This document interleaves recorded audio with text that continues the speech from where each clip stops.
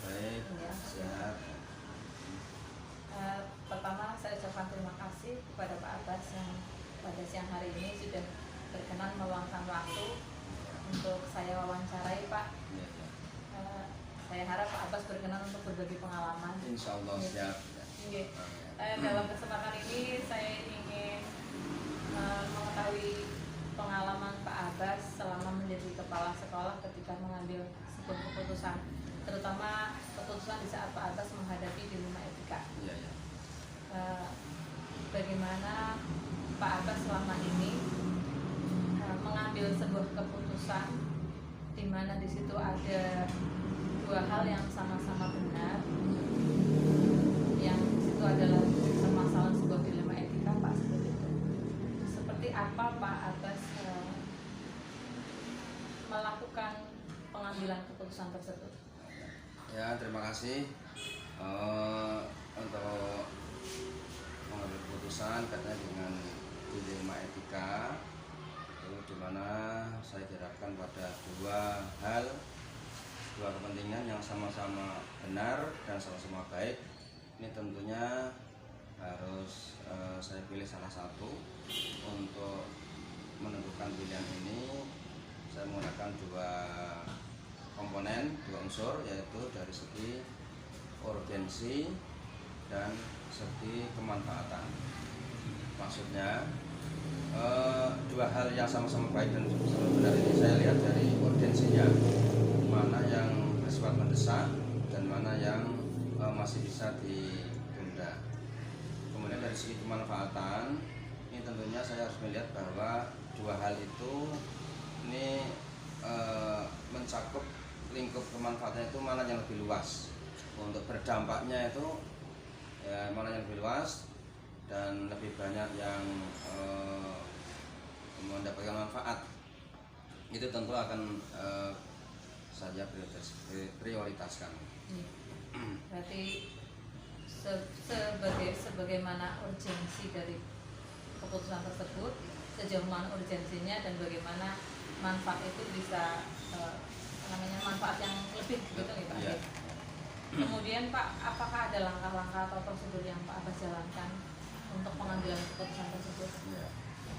Ya, tentunya saya juga dalam keputusan juga tidak otoriter, tentunya ada prosedur, ada langkah-langkah agar semuanya itu juga bisa diterima dengan baik.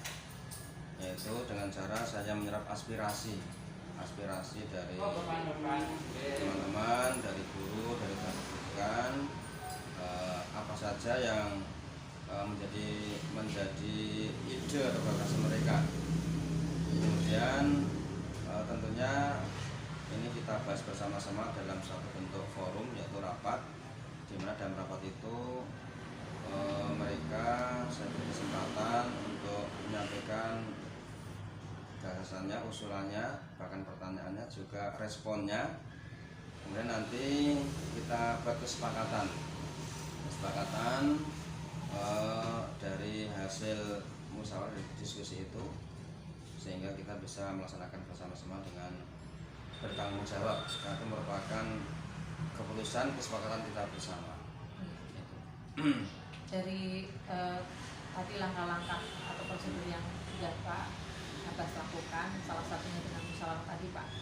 Menurut Pak Abbas itu mana langkah yang paling efektif pada saat Pak Abbas mengambil sebuah keputusan tersebut?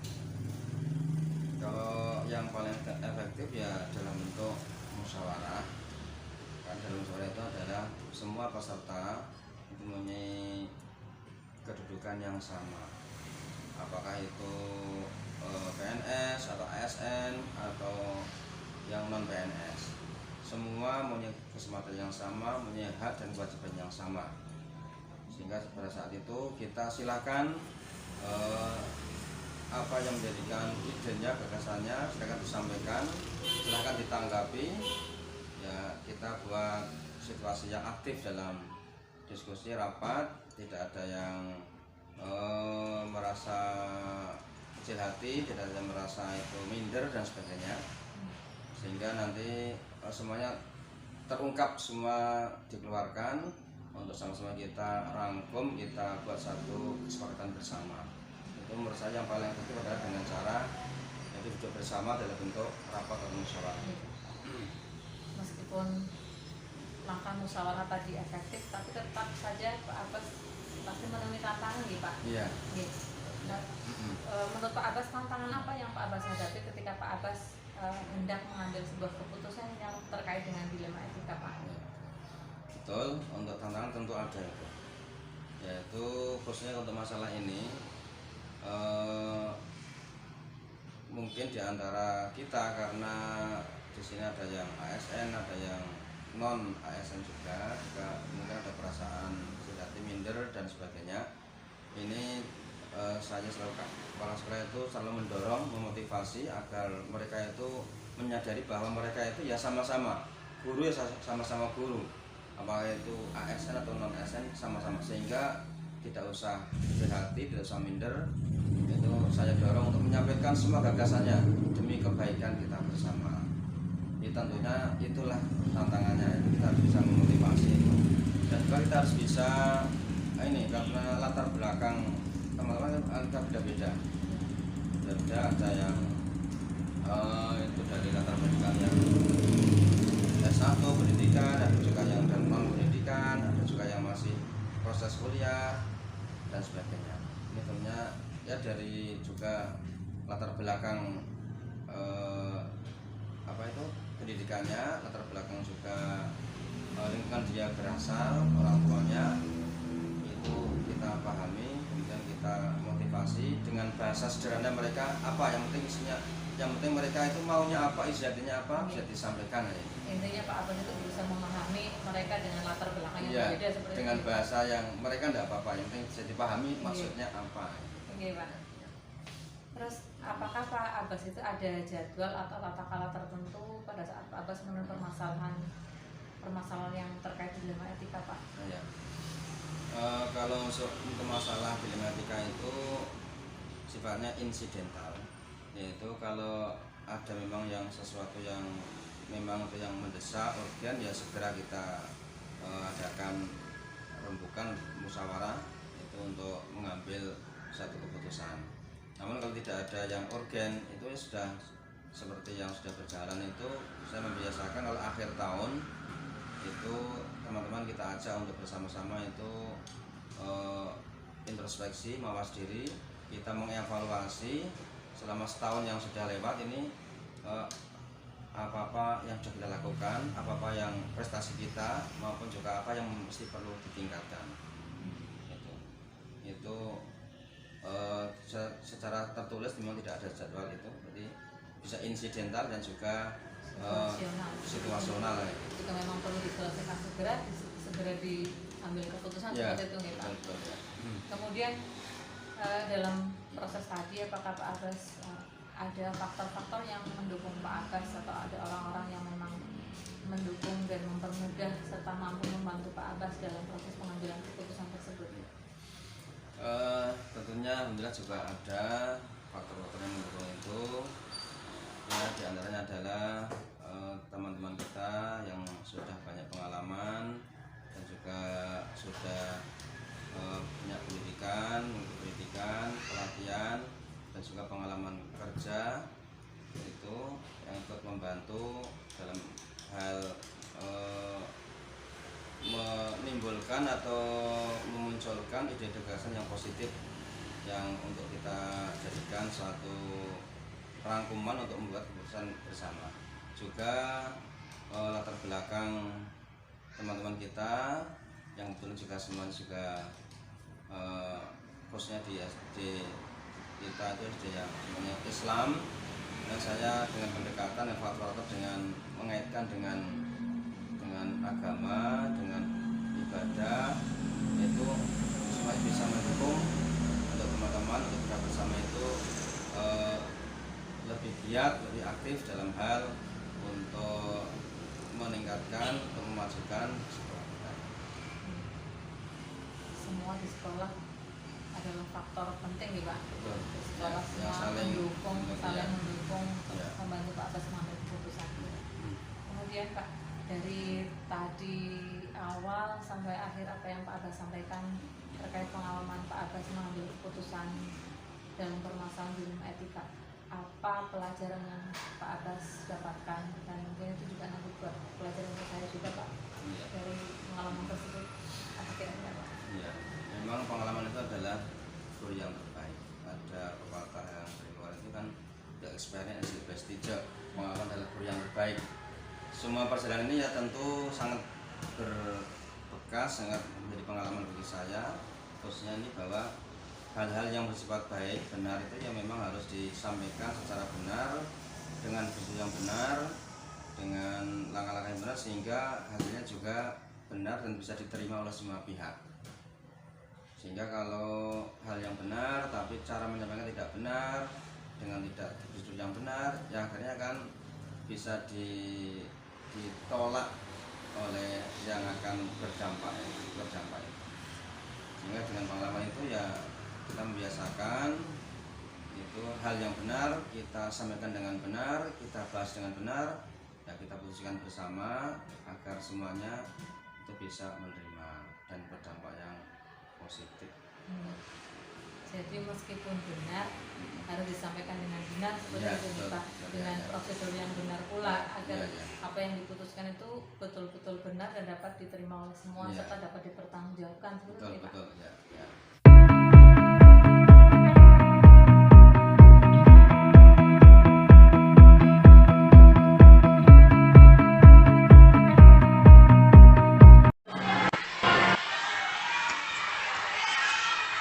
Bismillahirrahmanirrahim. Assalamualaikum Pak Giono. Waalaikumsalam warahmatullahi wabarakatuh. Bagaimana kabarnya Pak? Sehat Pak? Alhamdulillah sehat walafiat. Oke, alhamdulillah Pak.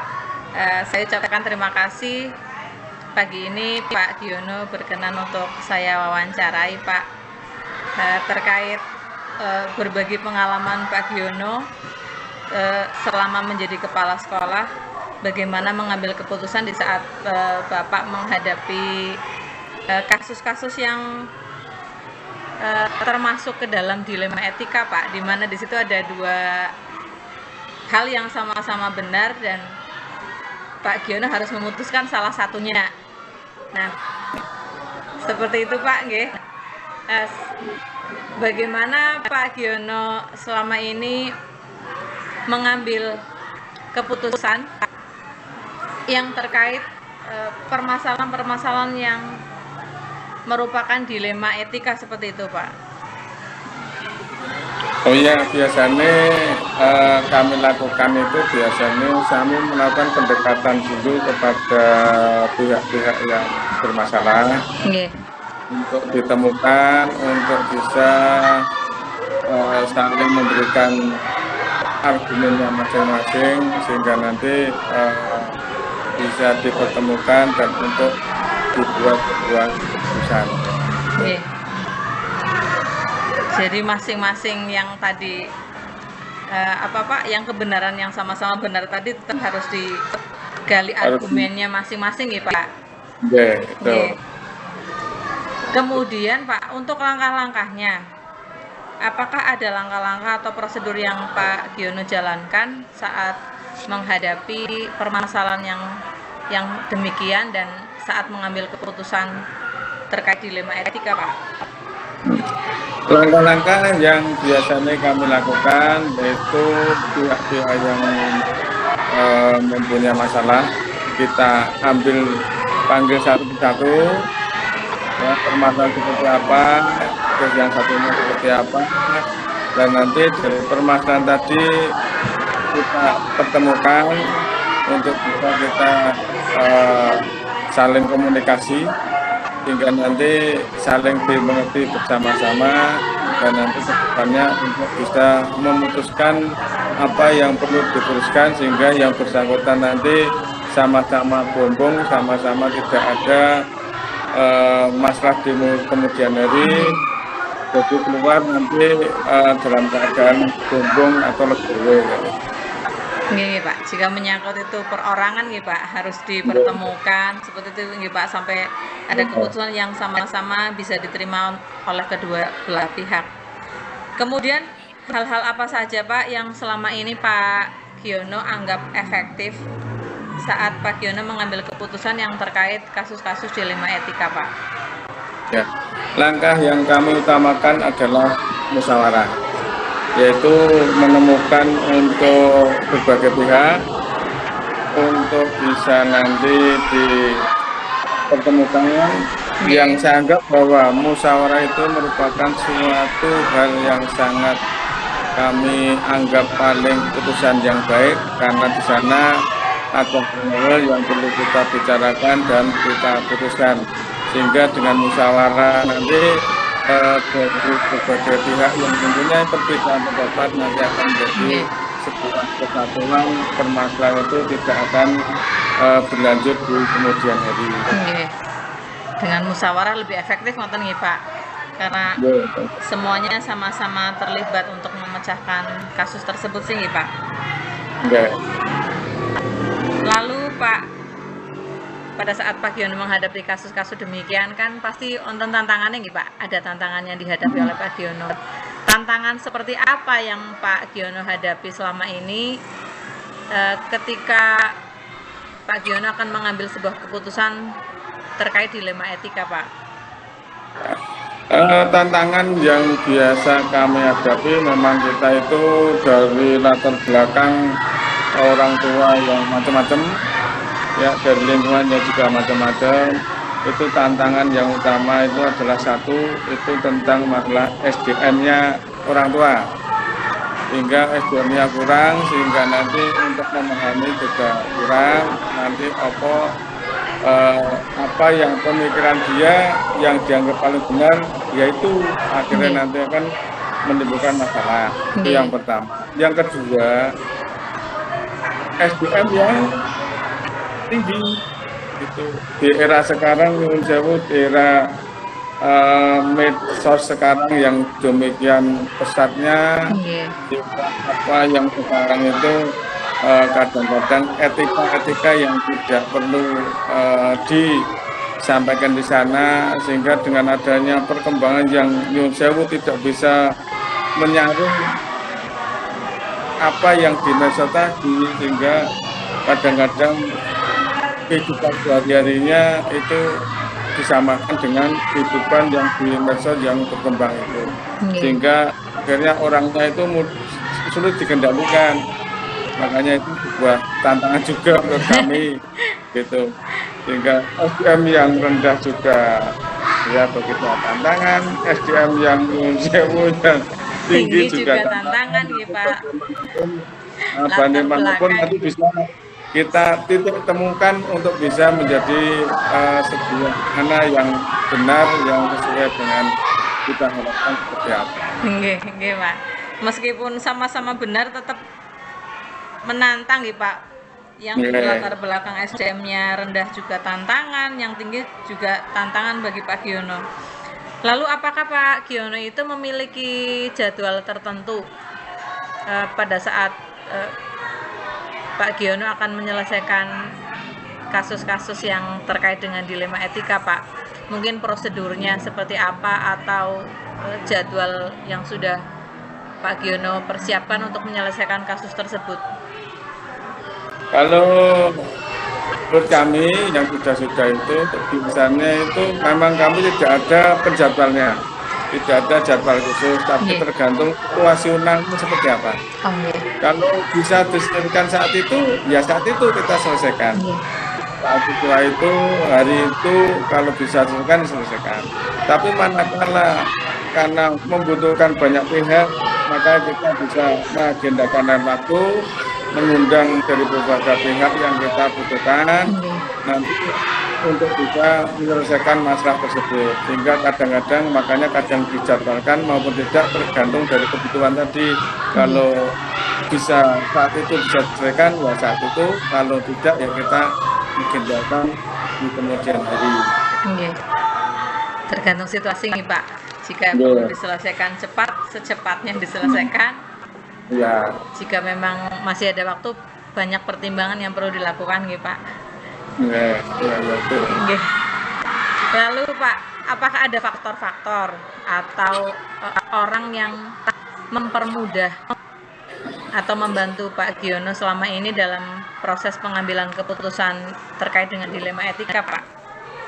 Ya, orang yang biasanya kami pakai, yang jelas satu, dewan guru, yaitu guru kelas yang bersangkutan, sehingga nanti bisa tahu latar belakangnya anak seperti apa dan sebagainya, dan termasuk latar belakang di keluarga juga seperti apa, kan itu. Terus yang kedua itu komite sekolah.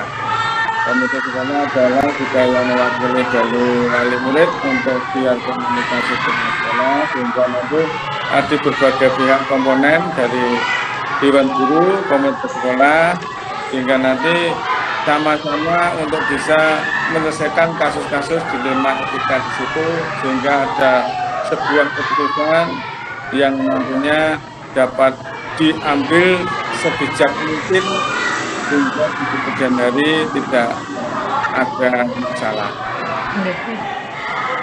Pak, dari yang tadi semua yang pengalaman Pak Giono sampaikan saat menghadapi permasalahan dilema etika di sekolah Bapak, apa pelajaran yang bisa Bapak ambil atau itu juga bisa saya ambil nantinya, Pak?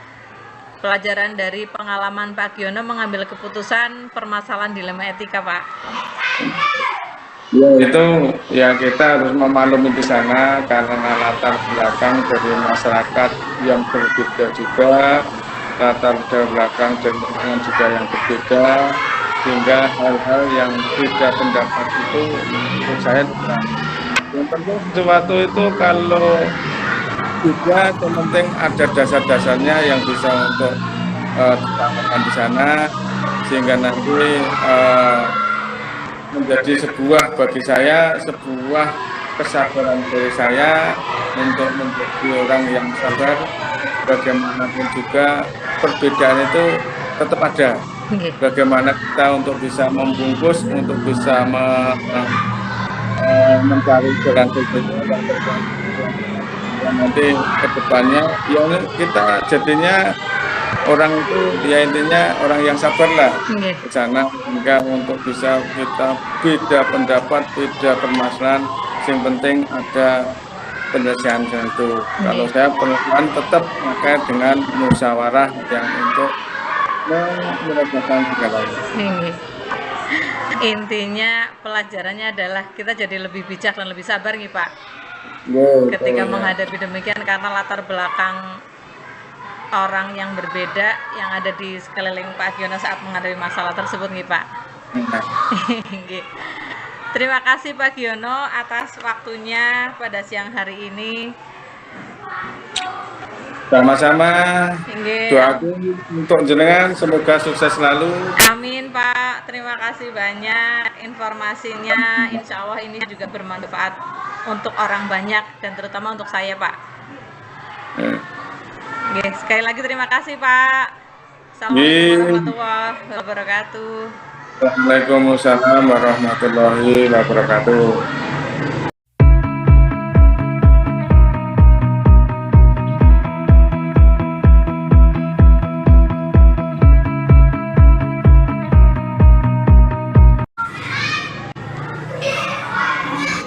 Bismillahirrahmanirrahim. Assalamualaikum warahmatullahi wabarakatuh. Waalaikumsalam warahmatullahi wabarakatuh. Apa kabar Bu Jeki? Sehat Bu? Alhamdulillah sehat. Ketemu lagi ya Mbak ya. Alhamdulillah. Pertama-tama saya ucapkan terima kasih banyak kepada Bu Jeki karena pada pagi ini memberi kesempatan untuk saya wawancarai, begitu Bu, terkait pengalaman nanti terkait pengalaman Bu Jeki selama menjadi kepala sekolah dalam mengambil keputusan seperti itu Bu. Saya mulai saja nggih Bu. Monggo. Selama Bu Jeki menjadi kepala sekolah pasti mungkin ngaten nggih Bu Jeki pernah menemui masalah-masalah yang terkait dengan dilema etika. Di sini di mana di situ ada dua hal yang sama-sama betul dan Bu Jeki harus memutuskan salah satunya, seperti itu. Nah, yang ingin saya tanyakan, bagaimana Bu Bu Jeki saat mengambil keputusan terkait pengalaman-pengalaman tadi, kasus-kasus tadi yang terkait dengan dilema etika seperti itu, Bu? Ini berdasarkan pengalaman saya ya Mbak, mungkin masing-masing personil punya cara tersendiri dalam mengatasi masalah yang ada di sekolah. Yang pertama, pasti saya berusaha untuk tenang dulu, tenang, tidak tergesa-gesa, kemudian juga berusaha untuk bijak, melihatnya bukan secara personal diri saya sendiri atau perasaan saya kepada masalah tersebut, tapi berusaha bijak itu melihat dari segala aspek dari masalah tersebut. Kemudian setelah itu baru kemudian saya berusaha untuk mengidentifikasi atau mempertimbangkan hal-hal positif, hal-hal negatif yang mungkin akan terjadi terhadap masalah tersebut. Setiap masalah kan pasti walaupun itu sama-sama memberikan kebaikan, yang bermanfaat, tapi pasti ada aspek atau segi positifnya dan segi negatifnya. Kemudian setelah itu, setelah menganalisa aspek positif dan negatif, berusaha untuk mencari nanti kebermaknaan dari keputusan yang saya ambil tersebut. Seberapa kebermaknaan yang bisa diambil atau bisa dimanfaatkan dari keputusan yang diambil. Nah, yang terakhir yaitu efektivitas. Keputusan yang saya ambil itu nanti apakah efektif atau tidak untuk diterapkan di lembaga saya. Jadi 4 pertimbangan itu yang akan saya gunakan atau akan saya pertimbangkan dengan sangat saat akan mengambil suatu keputusan yang betul-betul merupakan suatu keputusan yang dilematis ya, karena dia mengandung kebaikan seperti itu. Bu. Untuk pengambilan keputusan tadi Bu, yang kaitannya dengan dilema etika tadi, apakah Bu Jeki ada langkah-langkah seperti itu atau prosedur yang dijalankan selama ini saat mengambil keputusan terkait dilema etika, Bu? Kalau prosedur secara pasti setiap keputusan tidak ada ya Mbak, maksudnya kita situasional.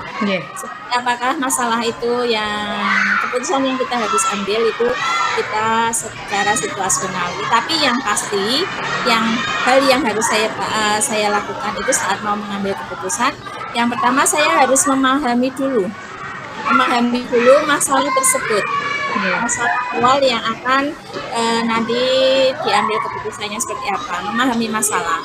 Kemudian setelah memahami masalah, saya menentukan atau mencari alternatif pemecahan masalah yang bisa saya ambil, saya gunakan. Kemudian dari alternatif itu yang pasti beberapa alternatif ya, tidak hanya satu saja. Dari beberapa alternatif itu kemudian saya pertimbangkan kembali alternatif tersebut. Nah, pada saat mempertimbangkan alternatif yang akan saya pakai atau saya ambil untuk mengambil keputusan tersebut, biasanya di sini melibatkan bukan diri saya sendiri. Ini saya sudah mulai melibatkan pihak lain.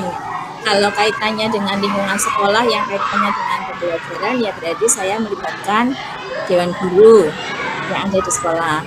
Tapi kalau ini sudah berkaitan dengan kemasyarakatan, berarti saya melibatkan komite yang ada di sekolah.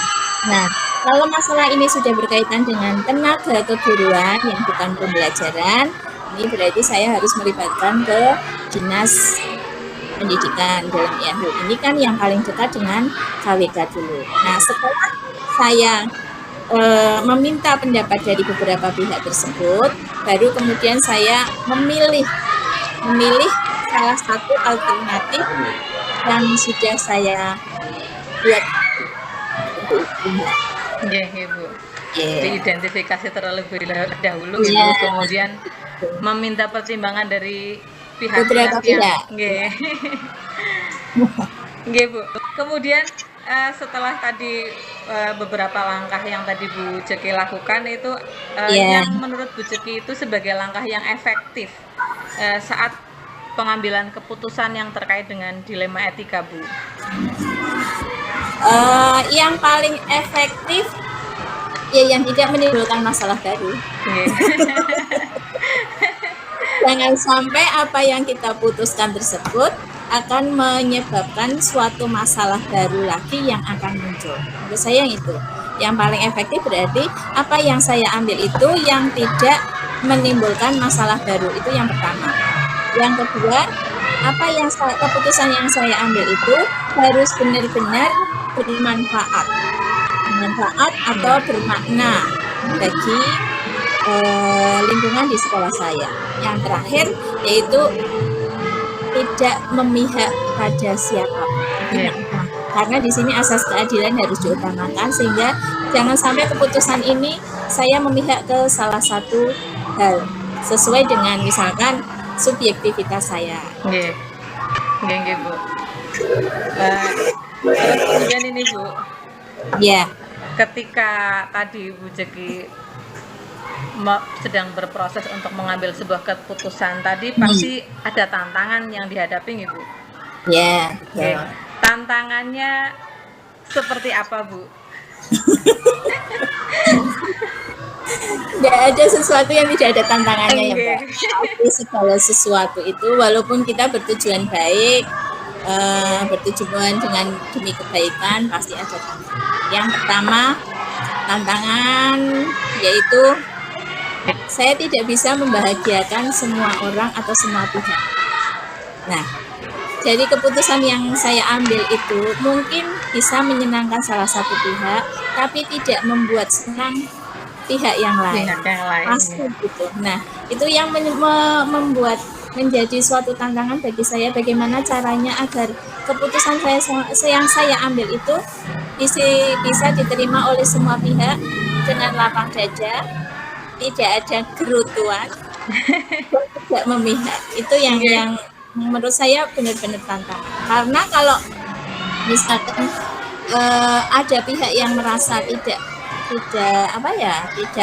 suka dengan keputusan yang diambil, pasti dia akan merasa satu tersakiti. Yang kedua, pasti tidak akan mendukung apa yang kita putuskan. Nah, itu tantangan yang terberat menurut saya. Karena di sekolah dengan berbeda karakter, berbeda latar belakang, Bu, tidak semuanya kadang bisa menerima keputusan yang mungkin sudah Bu Jeki ambil. Iya. Kemudian Bu, untuk pengambilan keputusan tadi, apakah misalnya ketika Bu Jeki itu menghadapi sebuah kasus dilema etika, kemudian apakah ada jadwal atau tata kelola yang memang Bu Jeki sudah persiapkan untuk menghadapi kasus tersebut? Kalau jadwal atau tata kelola tidak ada ya yang saya punya jadwal khusus atau saya punya prosedur khusus misalnya. Enggak, sama sekali tidak ada, Mbak. Jadi ya tadi yang standar 4 tadi saat mau mengambil keputusan seperti pertanyaan pertama tadi ya. Pertanyaan pertama tadi itu yang saya jadikan kalau pengambilan keputusannya itu ya sesuai situasi. Kalau misalkan ini suatu masalah harus secepatnya diselesaikan, ya saya selesaikan juga hari itu. Misalkan hari itu harus selesai ya hari itu. Tapi kalau kira-kira masalah ini membutuhkan atau bisa bukan ditunda ya, ada jangka waktu yang agak lama, ya nanti berarti penyelesaiannya agak lama dengan pertimbangan agar apa yang diputuskan itu betul-betul sesuatu yang paling tepat. Jadi tidak ada prosedur dan kondisi khusus. Sesuai situasi dan permasalahan yang ada. Jika memang perlu diambil keputusan secepatnya diselesaikan seperti itu, Bu. Kalau jika memang masih ada waktu, perlu banyak pertimbangan juga, ngoten nggih, Bu. Iya. Kemudian berikutnya ini, Bu, apakah ada seseorang atau Nggih. mungkin faktor-faktor yang selama ini itu mempermudah dan membantu Bu Jeki saat pengambilan keputusan yang terkait dengan dilema etika. Iya.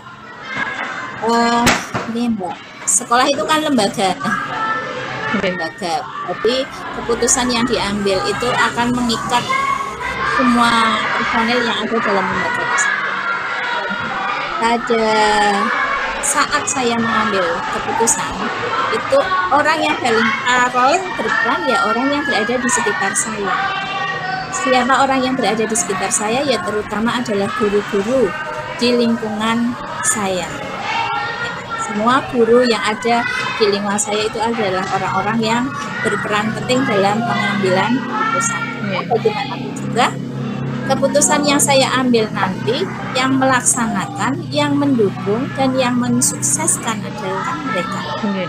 Jadi mereka adalah orang-orang yang sangat-sangat mendukung dalam pengambilan keputusan saya. Nggih, Bu. Karena keputusan itu yang akan dijalankan bersama otomatis Bu. Iya. Kalau misalkan saya hanya mendengarkan dari orang luar atau misalkan orang yang benar-benar ahli gitu ya. Tapi kan pendapat orang yang ahli tersebut belum tentu bisa cocok dengan guru yang ada di sekolah saya. Makanya saya banyak mendengarkan apa maunya guru di sekolah saya, sehingga saat mereka melaksanakan tugas atau melaksanakan keputusan tersebut, kita melaksanakan dengan sukarela, bukan karena paksaan.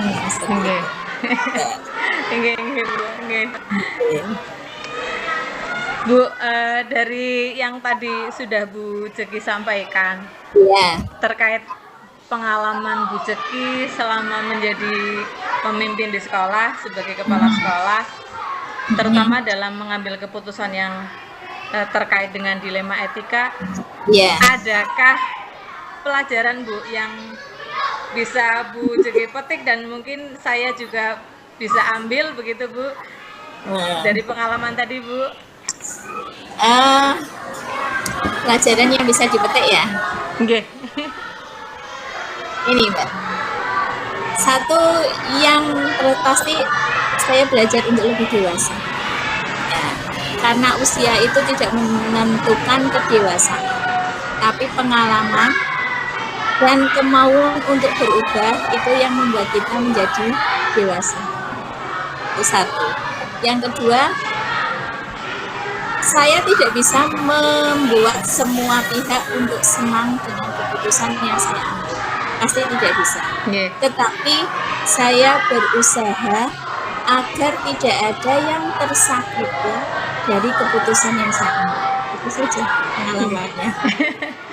Dan itu yang sangat berharga. Dari saya yang seperti dulu seperti apa, sekarang jadi tahu oh ternyata menjadi pemimpin seperti ini. Pengalaman. Terutama yang kita harus selalu belajar itu berusaha untuk bersikap dewasa. Dewasa itu yang paling utama. Bagaimanapun juga setiap masalah yang ada di sekolah tidak bisa kita putuskan dengan cara berpisah-pisah. Harus kita pikirkan dulu segi positif, negatif. Dari yang positif itu saja nanti bisa timbul negatif atau tidak. Harus dipertimbangkan sampai ke situ.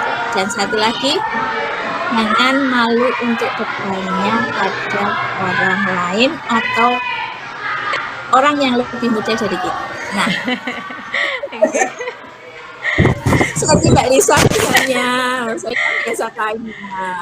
Bu, matur nuwun sangat, terima kasih banyak ini Bu informasi yang berbagi pengalamannya terkait pengalaman untuk mengambil keputusan di sekolah Bu Jeki selama Bu Jeki menjadi kepala sekolah.